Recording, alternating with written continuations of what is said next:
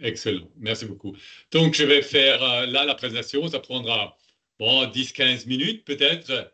Et après, la séance est ouverte aux questions. Et je suis très reconnaissant que Louis, qui est le président de l'association des étudiants de cette année, il est là aussi. Il sera. Et si vous avez après envie de lui poser des questions sans présence d'enseignants, ça c'est possible également. Mais maintenant, c'est à moi. Et donc, le master EFC, Énergie, Finance, Carbone. Moi, je suis Jan Horst Kepler. Je co-dirige le master ensemble avec Sophie Mérité. Et notre assistante, c'est Caroline Dardemar. Nous formons des économistes. Stratégie industrielle, économique des grands acteurs du monde de l'énergie. Et bien évidemment, dans les problématiques énergie, finance, carbone. Je crois vraiment notre master prend à cœur la notion de transition énergétique avec la réduction des émissions de CO2 et également, comment dire, une sorte de financiarisation. Donc, les marchés, notamment le marché des quotas et l'UETS, le marché de l'électricité, les autres marchés de l'énergie, tout ça nous tient beaucoup, beaucoup à cœur. Les, euh, les objectifs de la formation, c'est acquérir une formation d'économiste, ou plutôt de parfaire. J'ai dit tout de suite, je dirais une bonne moitié, 2 tiers de nos étudiants ont déjà 4 ans d'économie, mais les autres ne l'ont pas. Nous offrons d'ailleurs alors un cours de rattrapage les premières 4 semaines pour un peu vous mettre à niveau. Évidemment, on a déjà regardé un peu des gens qui pourraient effectivement rattraper ce qui est nécessaire pour le master, au moins dans la forme la plus basique, dans quelques semaines. Donc, ce n'est pas que les économistes, mais la formation est quand même une formation économique. Il s'agit de savoir analyser les marchés de l'énergie et de l'environnement, connaître le financement des projets énergétiques, c'est un grand volet, un volet croissant, et naturellement comprendre les stratégies des entreprises du secteur. Nous offrons 2 parcours, un parcours professionnel, un parcours recherche. Souvent, on nous demande quelle est la différence, c'est naturel. Le parcours recherche demande surtout un certain nombre de cours, je vais y revenir, qui sont fléchés R, qui sont donc plus techniques et plus analytiques, plus quantitatifs. Et également un projet de thèse, pas un projet de thèse, un mémoire qui est plus costaud, qui est plus, va déjà un peu vers une sorte de projet de thèse pour certains, mais à partir de ça, en dehors de cela, ce sont les mêmes cours qui sont effectivement fréquentés par les étudiants en parcours professionnel et en parcours recherche. Nous offrons aussi une formation continue. C'est évidemment pour des professionnels qui ont déjà quelques années d'expérience professionnelle. Évidemment, ça concerne d'habitude le parcours professionnel. Il y a eu déjà aussi 1 ou 2 personnes qui ont voulu faire de la formation continue avec un parcours recherche. C'est rare, c'est pas le cas normal. Et évidemment, il faudrait vraiment nous convaincre que le projet est solide. En même temps, ce n'est pas impossible. Nous sommes ouverts à la mobilité internationale. Vous pouvez postuler pour la mobilité en M2. Et certains de nos cours sont ouverts pour les étudiants qui viennent à travers les affaires internationales. Nous acceptons toutes les spécialisations du M1, économie et finance, avec ou sans une année de césure. D'habitude, nous préférons effectivement les étudiants qui ont déjà fait, je ne dis pas année de césure, ce n'est pas une obligation, mais qui ont déjà une expérience de travail dans le secteur de l'énergie. ça peut être 6 mois, ça peut être un an, ça peut aussi même être plus court que 6 mois. Mais c'est rare que nous acceptons un étudiant, une étudiante qui n'ait pas déjà une expérience dans le secteur de l'énergie. C'est quand même un secteur particulier et nous voulons bien que ce soit, que ce soit des gens qui savent où ils mettent les pieds. C'était un peu une sorte de compte rendu des parcours, des origines des étudiants. Je crois que ça a un peu changé les 2 dernières années. Vous voyez, anciennement, nous avions pas mal d'ingénieurs, seulement un tiers d'économistes, quelques Sciences Po, école de commerce, finance, rare, mais quand même, gestion au droit.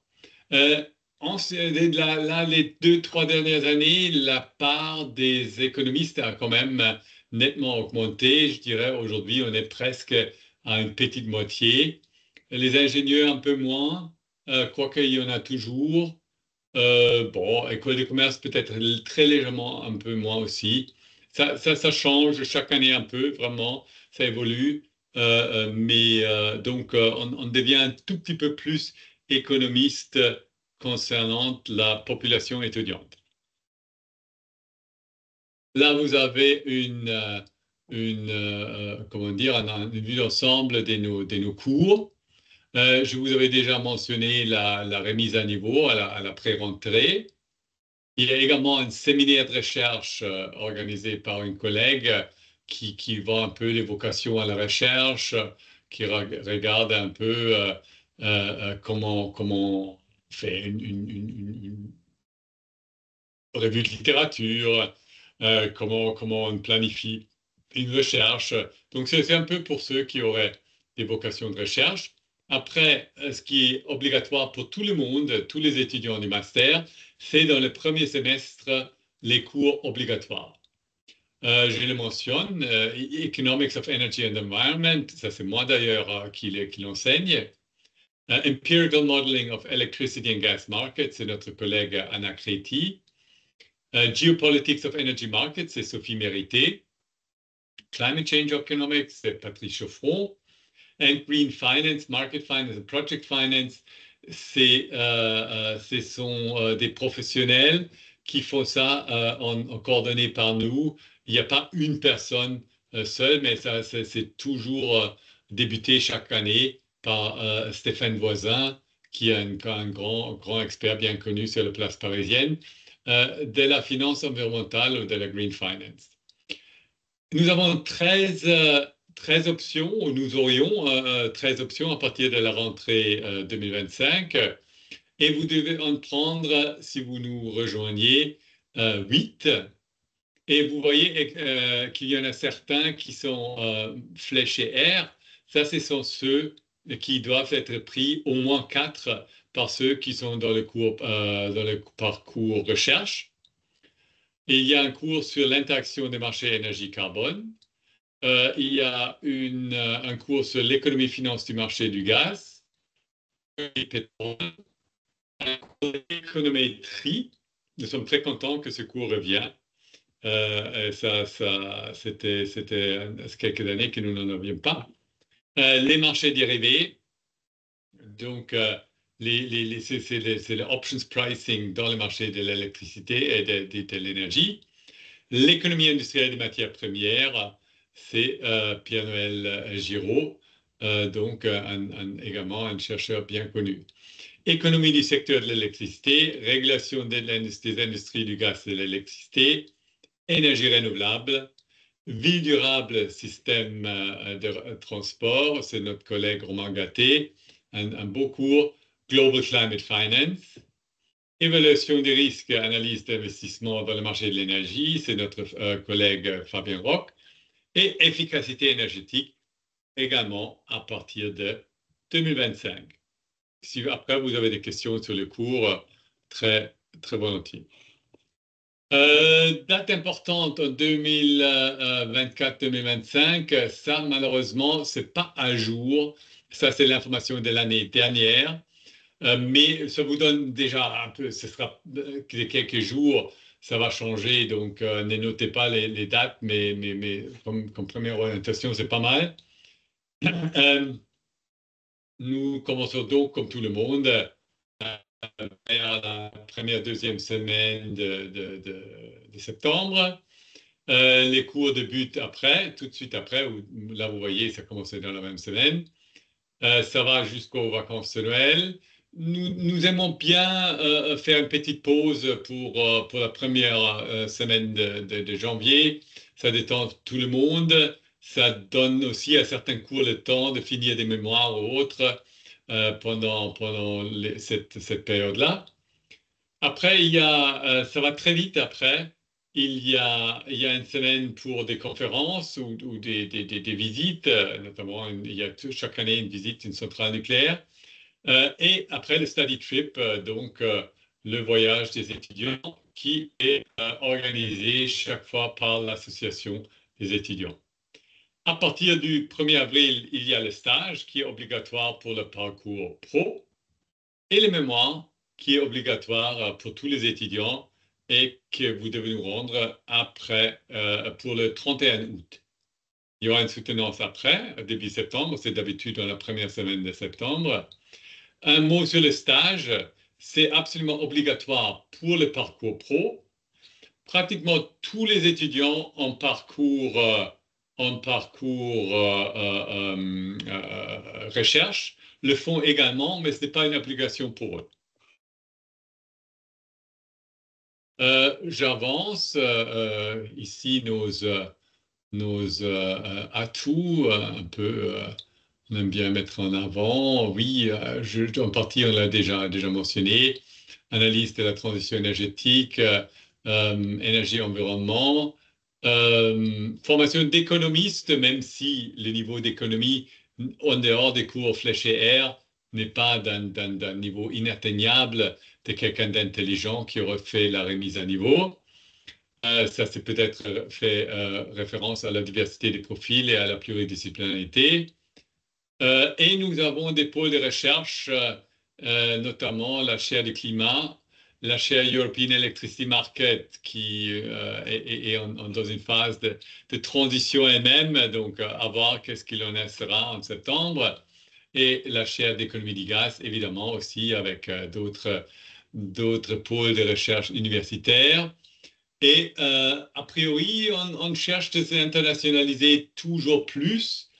Les 5 cours obligatoires sont maintenant enseignés en anglais et nous avons eu la chance d'avoir toujours eu une association étudiante très dynamique. Vraiment, mais je suis très satisfait de ça. Et également cette année, j'ai déjà salué Louis. Je veux également saluer Maël Racine que j'ai vu.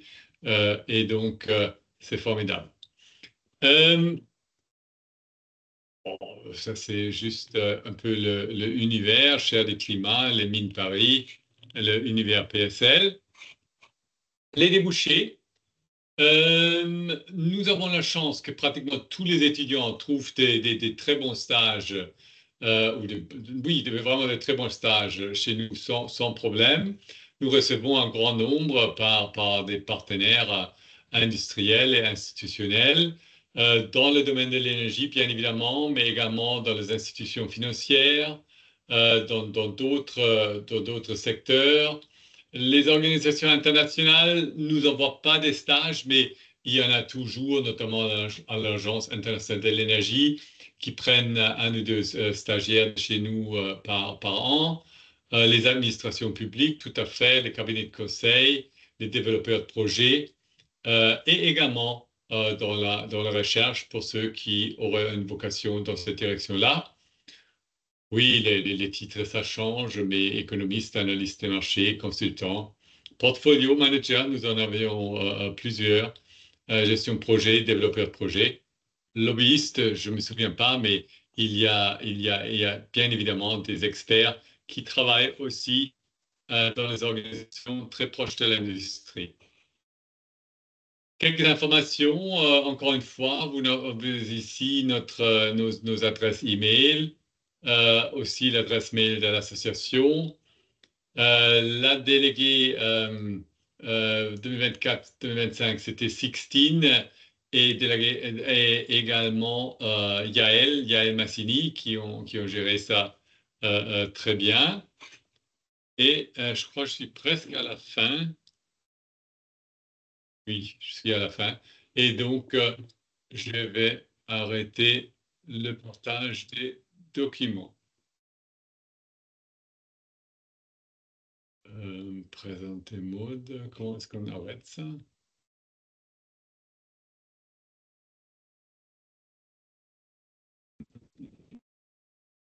Bon, ça me dépasse. Comment l'arrêter? Faudra faire avec, sauf si quelqu'un a un tuyau. Comment arrêter? Video, turn on speaker coach, more actions, high percentage transfer phrase, let back. Non. Peut-être juste en faisant escape. Non. Ah, stop sharing. Voilà, excusez-moi. OK. Avec ça, on passe aux questions. S'il vous plaît, quand vous posez la question, allumez votre caméra et on cherchera à y répondre.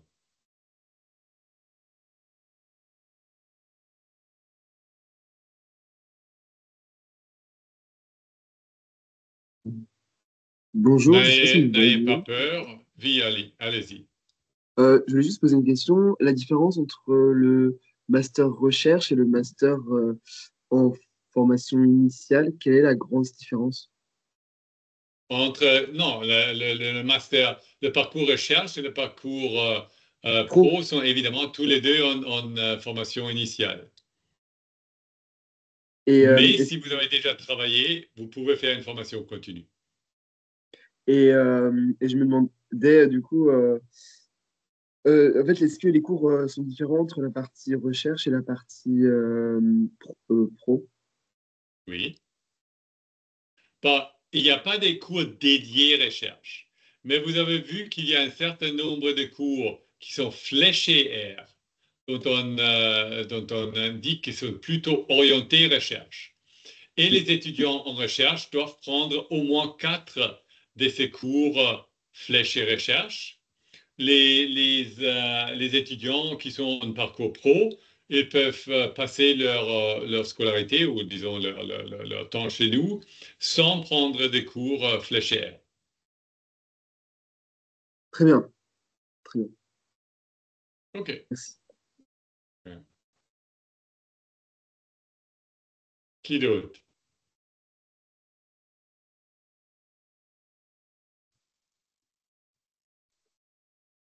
Bonjour, monsieur. Ah, vas-y, Kevin. Ah, pardon. Concernant les Oui, cours de... allez-y. J'ai oublié de demander ça de votre camarade, mais dites très, très brièvement de quel parcours vous êtes. Ah. Bonjour, moi je suis en formation ingénieur actuellement OK. et j'aimerais savoir si quand est-ce que les cours d'économie sont prévus avant la rentrée. Quels cours sont prévus? Les cours de remise à niveau en économie, s'il vous plaît. Oui, ça commence vraiment dans la toute première semaine de septembre et continue les premières 3 semaines ou 4 semaines de septembre. D'accord, ok. Je vous remercie. Voilà. Vous faites quelle formation d'ingénieur? Je suis actuellement à l'ESTP à Paris OK. et Et quelle spécialisation? spécialisation énergie du bâtiment OK, principalement très en bien. alternance depuis 3 ans, donc je m'intéresse au master. Très bien, merci. Merci. Monsieur Pilevi, bonjour. Enchanté. Merci beaucoup pour votre présentation.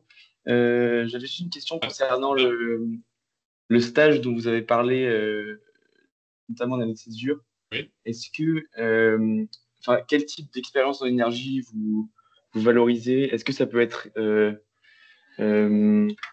quelque chose qui est un peu général? J'ai eu du mal à comprendre en fait exactement le type d'expérience en énergie que vous Qu'est-ce que valorisiez. c'est un stage un peu général en énergie? Non, mais Qu'est-ce par que c'est exemple, un stage? non, mais par exemple, ce serait un stage qui touche à l'énergie sans forcément, enfin, parmi d'autres sujets, par exemple, là, je suis en cabinet de conseil, et donc il y a des sujets énergétiques qui sont abordés, et on rentre dans le détail, mais c'est vrai que c'est pas un stage qui est spécifiquement lié à l'énergie. Non, mais vous, par exemple, vous travaillez avec des entreprises qui sont dans le secteur de l'énergie? Oui, Oui. Ça dépend, hein. Si pour le reste, votre dossier est très bon, on va pas, comment dire, chipoter sur, c'est pas vraiment un stage en énergie autre. Ce qu'on veut, que vous aviez déjà pris un peu la mesure du secteur, que vous avez un peu une connaissance comment ça marche, comment les entreprises réagissent, que c'est un secteur à la fois très dynamique, d'autre côté, a des vraies contraintes techniques et organisationnelles. Donc, les changements ne peuvent pas se faire d'un jour à l'autre. Donc, c'est plus un peu qu'on a le sentiment, vous avez pris la mesure du défi plutôt comment dire, une condition formelle. d'accord, merci beaucoup. Merci à vous.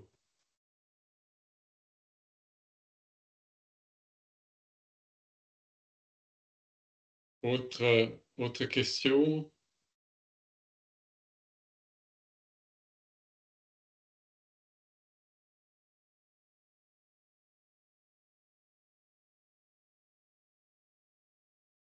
Personne? Donc, vous avez tous déjà fait votre choix? Excusez-moi, j'aurais une deuxième question, s'il vous plaît. Oui, allez-y. Concernant le niveau d'anglais pour l'admission, vous attendez quel niveau d'anglais de la part des étudiants? Comment? Qu'est-ce que... Je n'ai pas tout à fait compris. Sur le niveau d'anglais des étudiants, Ah, le niveau d'anglais. quelles sont vos attentes? Bah, vous voyez, par exemple, je viens de corriger les mémoires de mon cours. Certains étudiants ont préféré d'écrire en français. Une minorité, mais quand même. Pas de souci, c'est assez acceptable. Par contre, vous devez être capable de suivre un cours d'un bon niveau en anglais. Donc, il faut une connaissance passive, comme on dit, de l'anglais, qui est d'un bon niveau. C'est pas que vous devez être au niveau comment dire, langue maternelle, non, pas du tout. Mais il faut les compétences suffisantes pour pouvoir suivre. D'accord, ok. Ça marche. Merci. Merci. Vous avez encore 6 mois pour vous mettre au niveau, hein, si vous avez des inquiétudes.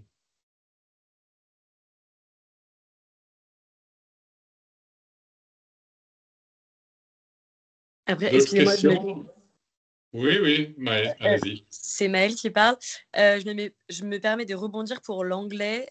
Moi, c'était un peu une préoccupation. J'avais un peu peur, mais si ça peut te rassurer, globalement, les partiels, tu peux, même si le cours se fait en anglais, tu peux demander à le faire en français si tu es plus à l'aise. Donc, enfin, tu dois quand même comprendre ton cours, évidemment, en anglais, mais si jamais, je sais pas, tu stresses trop et tu veux le faire en français, il n'y a pas de souci, quoi.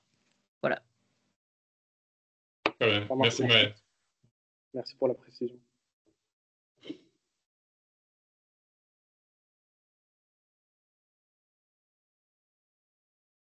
D'autres questions?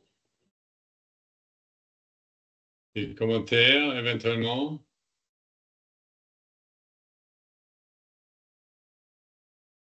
Bon, j'espère que ça vous a servi.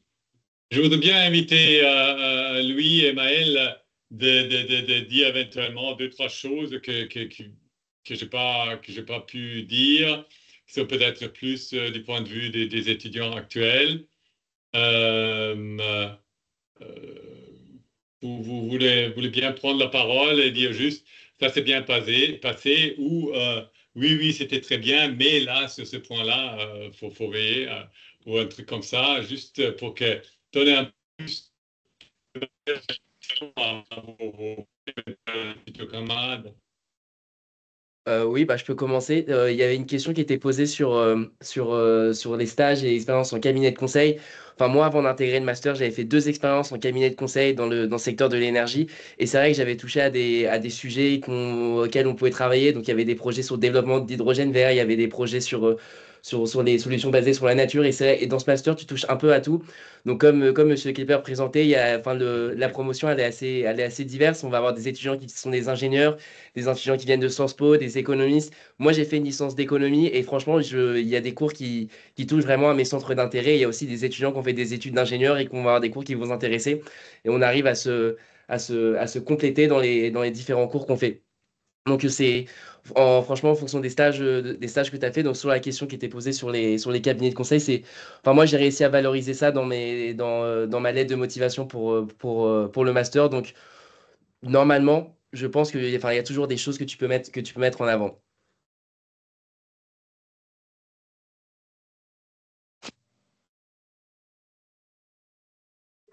Merci beaucoup.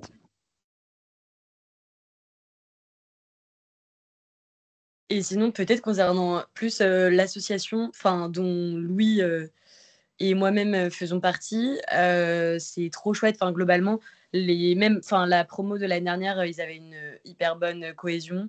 Et nous, c'est également la même chose. Et je pense que l'association fait beaucoup. Et donc, enfin, globalement, je pense que tout le monde s'y sent très bien et c'est hyper chouette. Enfin, franchement, on a organisé une visite à Schneider Electric là, il y a 2 semaines au siège. Là, on organise un voyage de fin d'études à Berlin. On a fait pas mal d'afterwork, des bars alumni. Enfin, franchement, c'est hyper chouette. C'est un très beau master. Vous apprenez plein de choses. Les professeurs sont hyper intéressants. Et vous avez quand même pas mal d'options. Donc, vous pouvez vraiment comment dire, choisir les matières qui vous intéressent le plus et délaisser les matières qui vous intéressent le moins. Enfin, franchement, non, c'est un très bon master. Voilà.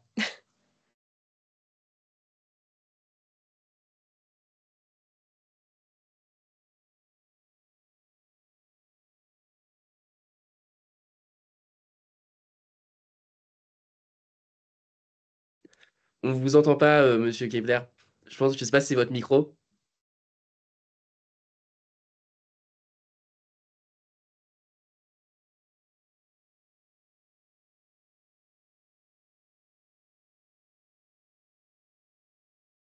Est-ce qu'on m'entend maintenant?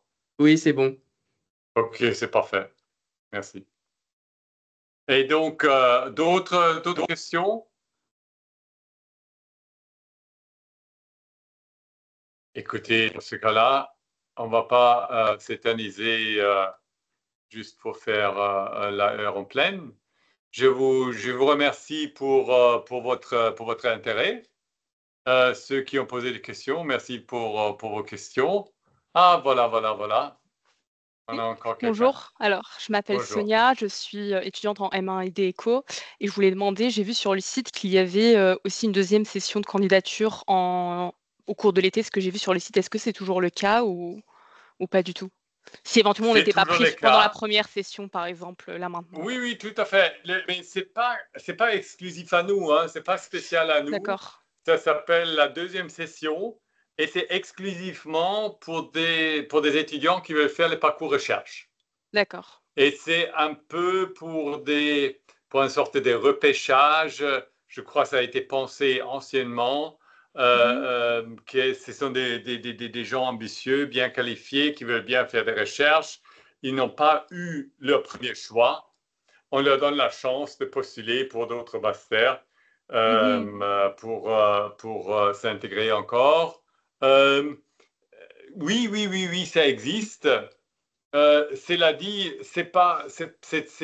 on prend dans la deuxième session chaque année peut-être 2 personnes. Hein. D'accord, C'est pas une vraie deuxième option. Mhm. Surtout, on est toujours un peu, comment dire, prudent aux motivations de ces gens qui postulent en deuxième session. Pourquoi est-ce qu'ils n'ont pas postulé en première session? Après, il y a des histoires tout à fait convaincantes. Hein. Ça existe et très légitime. Je ne veux pas non plus vous ou d'autres décourager, mais ce sont des cas spéciaux où il faut avoir une bonne raison d'agir ainsi. Ok, d'accord. Merci beaucoup. Ouais. Bonjour. Bonjour. C'est pour donc rebondir sur la question précédente. Je ne sais pas si vous pouvez fournir ces données, mais il y a combien de places par promotion et vous avez combien de candidatures chaque année? Je ne sais pas si vous pouvez fournir ces données, mais... Ouais, c'est pas secret. Vous êtes de quel parcours? Pardon, j'ai oublié de me présenter. Je m'appelle Anna Cellier et j'ai fait des études d'ingénieur Mhm. en génie chimique pour l'énergie et l'environnement. Oui, oui. OK, bon. Bon, écoutez, on a à peu près 30 places par an, plus ou moins deux. S'il y a une personne à la deuxième session, ça reste à 30. S'il y en a deux, de bons éléments avec des parcours convaincants, 32. Après, on a d'habitude autour de 150 candidats chaque année. Il y a des masters qui ont plus, il y a des masters qui en ont moins. Chez nous, et là, c'est vraiment, ça m'étonne moi-même, que le nombre de candidatures est à peu près stable chaque année. Je ne sais pas comment ça se fait. C'est peu conjoncturel, mais bon, c'est ça, ce qui nous donne effectivement un pool assez, comment dire, pour nous, assez confortable. Vous savez comme c'est, il y a certains dossiers qu'on met à part tout de suite, d'autres on prend tout de suite. Après, il y a quand même un grand milieu où il faut faire les tri de manière attentive. Ce qu'on fait, on a une commission de 5 collègues, on discute ça ensemble. Donc, je trouve pour le moment, c'est un processus assez clair, transparent et qui jusqu'ici a fait ses preuves. Très bien, merci. Merci à vous. Et juste pour rebondir, peut-être, Anna, je ne sais pas si M. Kepler en a parlé au tout début, mais l'ordre des vœux est hyper important. Du coup, si vraiment tu veux que ce master, il faut que tu le mettes en choix 1, sinon tu seras vite sur la liste d'attente si tu le mets en choix 2. Merci Maëlle. Non, je ne l'avais pas dit. Mais c'est vraiment très important et on regarde maintenant plus que les années précédentes. Il y avait aussi une petite discussion entre collègues et là, on a effectivement décidé la motivation pour le master est plus importante que la qualité brute du dossier. Et donc, même si un bon dossier veut numéro 2, ça doit être très, très bon pour qu'on dise, OK, bon, ça, on veut absolument.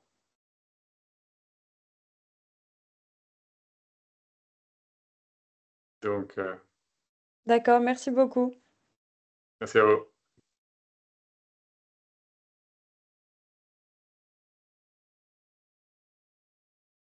J'ai encore une autre question. Oui, Donc, allez-y. est-ce que vous avez beaucoup de Dauphinois ou vous prenez plutôt des personnes de l'extérieur? Aussi, question intéressante, ça a aussi changé un peu dans les dernières années. C'est un peu la volonté de l'université, un peu notre évolution. On a eu, c'est à peu près, ce sont les économistes, hein, disons. Donc, avant, on avait je dirais, autour d'un tiers de Dauphinois, d'économistes dauphinois qui avaient fait donc un M1 à Dauphine. Et maintenant, quand même, on est à une bonne cinquantaine, une bonne moitié d'économistes dauphinois. Donc, ça a un peu changé. Il y a une volonté de cilindrage relative, hein, disons. On a toujours la liberté et la volonté absolue d'avoir des candidats de bords différents. Mais le gros, maintenant, est légèrement plus marqué des économistes de Dauphine. D'accord, Mais merci. légèrement. Je veux décourager personne ici. D'accord, merci beaucoup.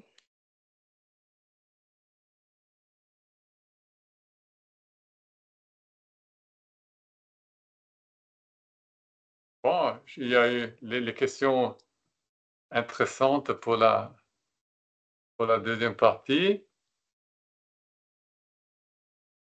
Est-ce qu'il y a éventuellement encore une question? Bon.